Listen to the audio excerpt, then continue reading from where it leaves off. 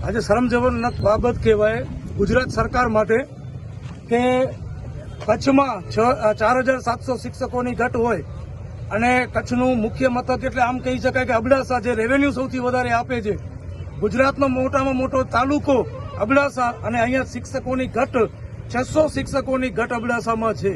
કચ્છમાં 4700 શિક્ષકોની ઘટ છે. આ શરમજનક બાબત કહેવાય ગુજરાત સરકાર માટે, શરમજનક બાબત કહેવાય ભાજપ સરકાર માટે, 6 ધારાસભ્ય માટે અને કચ્છના સાંસદ માટે કે છોકરાઓને અહીંયા કને ચક્કાજામ કરવી પડે છે. શિક્ષણ માટે, શિક્ષકો માટે અમારી માંગ રહી છે કે કચ્છના સ્થાનિક શિક્ષકોની ભરતી કરવામાં આવે. અમારી માંગ રહી છે કે તૂટેલી ફૂટેલી જે શાળાઓ છે એને તોડીને નવી શાળાઓ બનાવવામાં આવે. શિક્ષક માંગીએ છીએ, અમારા બાળકોના ભવિષ્ય માટે એજ્યુકેશન માંગીએ છીએ.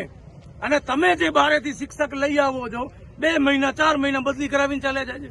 આજે અહીંયા કને અબડાસામાં 450 શિક્ષકોની ઘટ છે અને 170 શિક્ષકો ઓલરેડી બદલીનો ઓર્ડર આવી ગયો છે.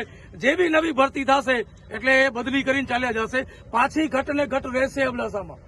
આ રોડ બંધ કરવાનો ઉદ્દેશ્ય એ જ છે કે અબડાસામાં એક પણ જગ્યા ખાલી ન હોય અને કચ્છ આખામાં અને ખાસ કરીને અબડાસામાં 70% શિક્ષકો કચ્છના હોવા જોઈએ.